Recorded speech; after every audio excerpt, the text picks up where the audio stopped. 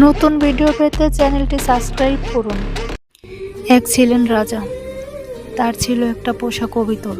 কবিতরটা খুব সুন্দর ছিল। একদিন রাজা কবিতরটাকে নিয়ে বাগানে বেড়াতে গেলেন। হঠাৎ করে কবিতরটা উড়ে চলে গেল। রাজা অনেক খুঁজলেন, কিন্তু পেলেন না।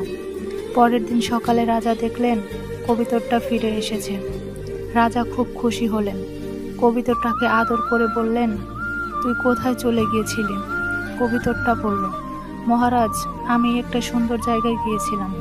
সেখানে অনেক পাখি ছিল, তারা সবাই মিলে গান গাইছিল। আমিও তাদের সাথে গান গেয়েছি। রাজা বলল, তুই তো অনেক সুন্দর গান গাইতে পারিস, আমাকে একটা গান শোনা। কবিতর বলল, ঠিক আছে মহারাজ। কবিতরটা গান গাইতে শুরু করলো।